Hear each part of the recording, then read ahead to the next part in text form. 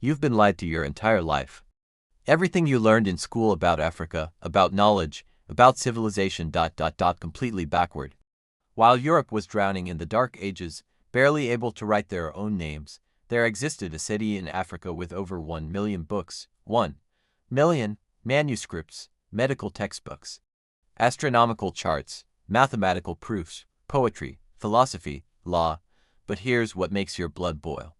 They destroyed it, on purpose, and then they erased it from history. What I'm about to show you in the next 18 minutes will make you question everything you thought you knew about African civilization. And I'm warning you right now, this gets dark, really dark. But stick with me until the end, because what happened to these books is still happening today. Let's go back to the year 1324.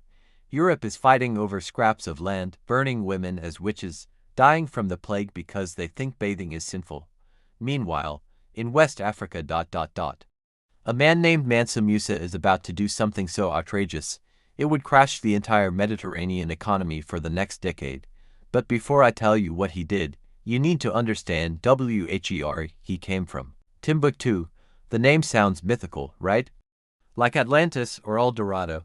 That's because for 500 years, Europeans literally thought it was a myth, a fairy tale, an African legend. But it was real, so incredibly real. At its height, Timbuktu was the intellectual heart of the entire world. Not just Africa.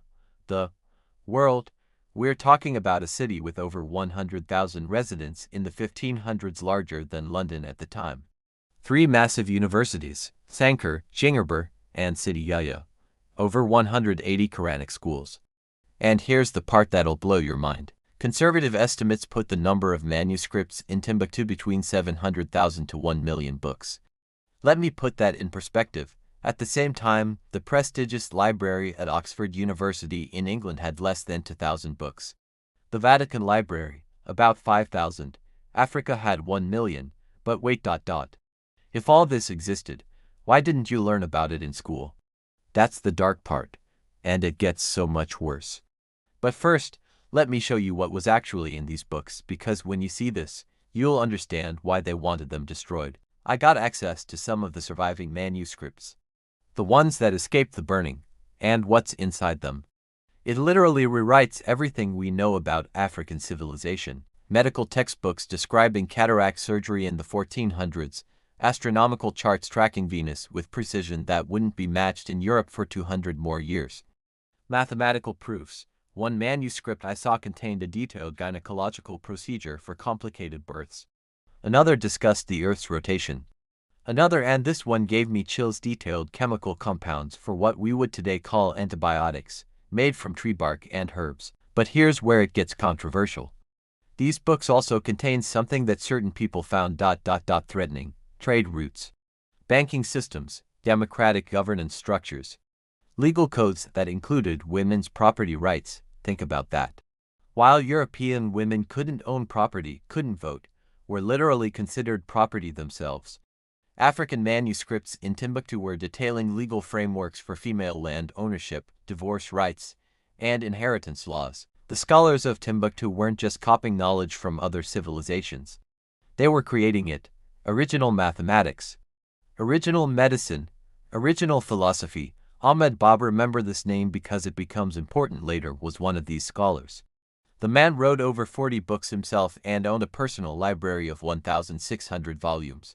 One man, 1,600 books.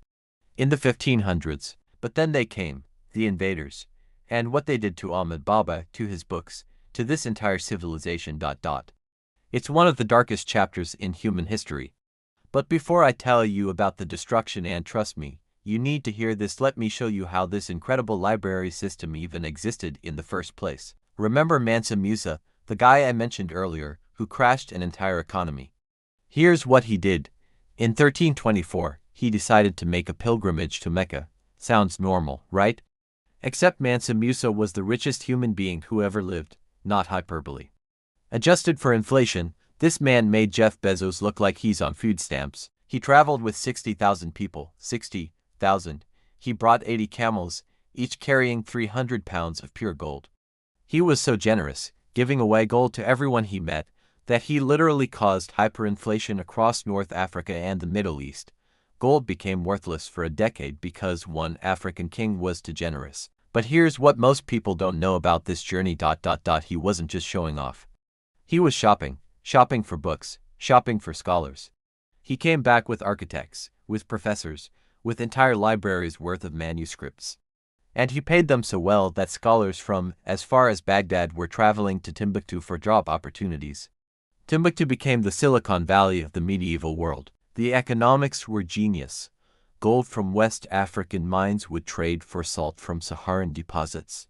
But the real valuable commodity, books, manuscripts, would sell for more than gold by weight. A single rare book could buy you a house. Families would spend their entire fortunes collecting books. It became a status symbol. Your wealth wasn't measured in gold or land, it was measured in how many books you owned. But this couldn't last, because soon new players were about to arrive on the scene. And they didn't want gold. They didn't want salt. They wanted something much darker, and the books. The books were evidence of something they needed to erase. 1591, the Moroccan army, backed and funded by European powers, invades across the Sahara. They have guns, they have cannons. Timbuktu has scholars and books. It's a massacre. But here's the thing that haunts me. They didn't just want to conquer Timbuktu, they wanted to erase it. Remember Ahmed Baba, the scholar with 1,600 books? They arrested him, threw him in chains.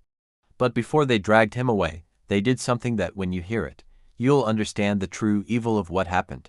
They made him watch as they burned his library. All 1,600 books. They made him watch. Then they exiled him to Morocco for 14 years. And when they finally released him, you know what he said? This quote is recorded and it breaks my heart every time I read it. Of all the injustices I have suffered, nothing pains me more than the loss of my books. They took my very soul. But the burning of Ahmed Baba's library was just the beginning. What happened next was systematic, organized, deliberate cultural genocide. See, the invaders realized something. As long as these books existed, as long as there was proof of advanced African civilization, of African scholarship, of African innovation, their entire justification for what they were about to do would fall apart. And what were they about to do? The Atlantic slave trade. Think about it. How do you justify enslaving millions of people? How do you build an entire economic system based on the idea that Africans are primitive, uneducated, uncivilized? You erase the evidence that proves otherwise. You burn the books, you destroy the universities. You turn cities of scholars into myths and legends. You rewrite history. Now, some of you are probably thinking, okay, but some books must have survived, right? This is ancient history. Maybe it's exaggerated, wrong, and I can prove it.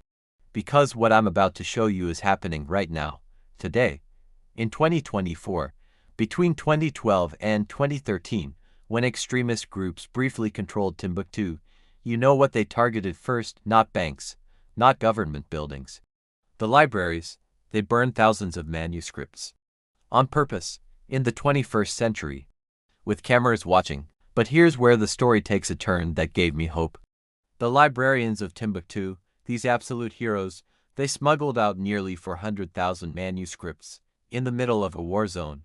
They packed them in metal trunks, loaded them on donkeys, boats, motorcycles, cars, whatever they could find, and they saved them. 400,000 manuscripts saved, hidden in basements across the city. Protected by ordinary people who understood that these books are more valuable than gold. Today, there are organizations racing against time to digitize these surviving manuscripts before they decay. Because they're written on paper that's 500, 600, sometimes 800 years old. Every day that passes, we lose pages to humidity, to insects, to time itself. But here's the conspiracy that keeps me up at night. Why isn't this headline news? Why aren't there Netflix documentaries? Why didn't you learn about this in school? I'll tell you exactly why. Because if people knew that Africa had the world's largest collection of books while Europe was in the Dark Ages, it destroys a narrative. A narrative that's been taught for 400 years. A narrative that was used to justify slavery, colonization, exploitation. The narrative that Africa had no history, no civilization, no knowledge before Europeans arrived. And look, I know some of you in the comments are going to say I'm exaggerating, that I'm pushing an agenda, so let me give you facts. Just facts. UNESCO officially recognizes the Timbuktu manuscripts as World Heritage. The oldest university in the world is in Africa, not Europe. The Library of Alexandria in Egypt held for 100,000 scrolls. African civilizations were performing cataract surgery while Europeans were bloodletting with leeches. These aren't opinions, these are historical facts. But they're facts that don't get taught, facts that get buried, facts that are still being actively suppressed. So why am I telling you all this? Why does it matter that a library in Africa was destroyed 400 years ago? Because it's still happening. The erasure, the rewriting of history, the suppression of knowledge. Right now, there are manuscripts in Timbuktu that could change our understanding of medicine, mathematics, astronomy, philosophy. But they're crumbling in trunks, underfunded, under-researched, ignored by mainstream academia. Every book that's lost is a piece of human knowledge gone forever. Imagine if the only copy of Newton's laws was sitting in a trunk in a basement, slowly being eaten by termites. That's what's happening with African knowledge right now. But here's what gives me hope. You're watching this video. You're learning this. You're part of a generation that has access to information like never before. The gatekeepers can't control the narrative anymore. And that's why this channel exists. Hidden Africa isn't just about shocking stories or mysteries. It's about reclaiming stolen history. It's about showing you the Africa they don't want you to see. The Africa of scholars and scientists, of engineers and astronomers, of civilizations that rivaled anything Europe ever built. Subscribe if you want more of this. If you're tired of the lies, if you want the real history. Before I go, I need to tell you something that I wasn't sure I should include. But you've made it this far, so you deserve to know. While researching this video, I found records of a manuscript. A single manuscript that supposedly survived the burning. It's called the Book of Roots, and according to the legends, it contains detailed maps of trade routes. But not just African trade routes, routes to the Americas. Dated to the 1300s, over 100 years before Columbus. Now, I can't confirm this exists. The references I found were vague, second-hand, possibly fabricated. But if it does exist, if Africans were trading with the Americas a century before Europeans discovered them, that changes everything. And I mean everything. I'm still investigating this, and if I find proof, you'll be the first to know. But that's a story for another video. Hit subscribe, turn on notifications. Because what I uncover next about ancient Africa ... they definitely don't want you to see. I'm Hidden Africa. And the truth is only hidden if you're not looking.